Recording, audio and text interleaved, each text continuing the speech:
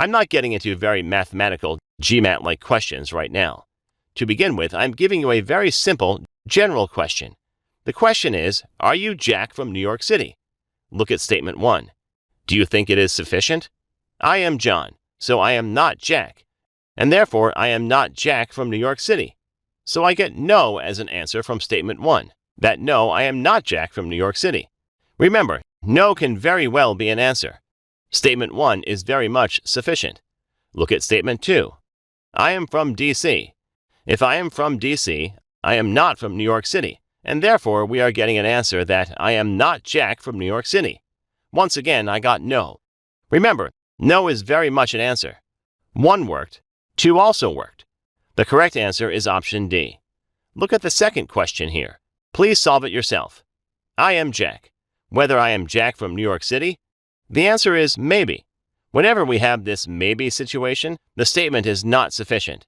I am Jack, but whether I am Jack from New York City? Maybe, maybe not. In all such cases where you are neither getting a consistent yes nor a consistent no, the statement is not sufficient. I am from D.C. So yes, if I am from D.C., I am not Jack from New York City.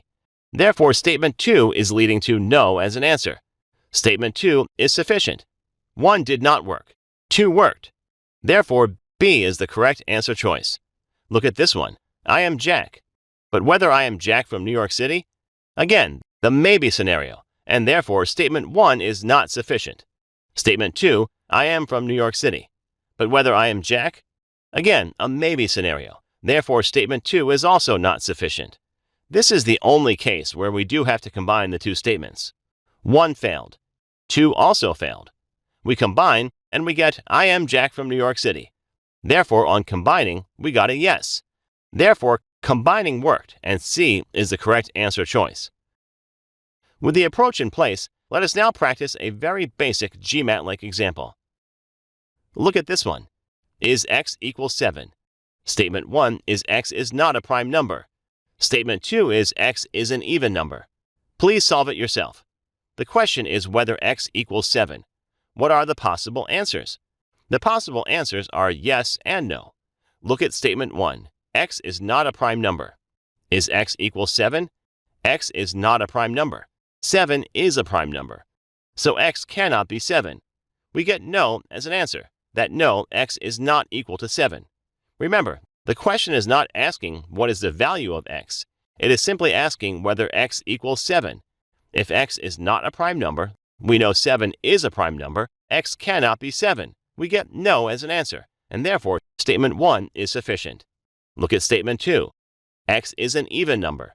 7 is not an even number, and therefore x cannot be 7. Statement 2 also leads us to no as an answer, and therefore statement 2 is also sufficient. With each of the two statements, we got no as an answer. Of course, you don't have to combine the two statements. 1 worked, 2 also worked. The correct answer choice is option D. This was the concept, friends. GMAT shots are deliberately kept brief. For an elaborate explanation, please watch the Stage 1 conceptual videos in our program. Thanks for watching.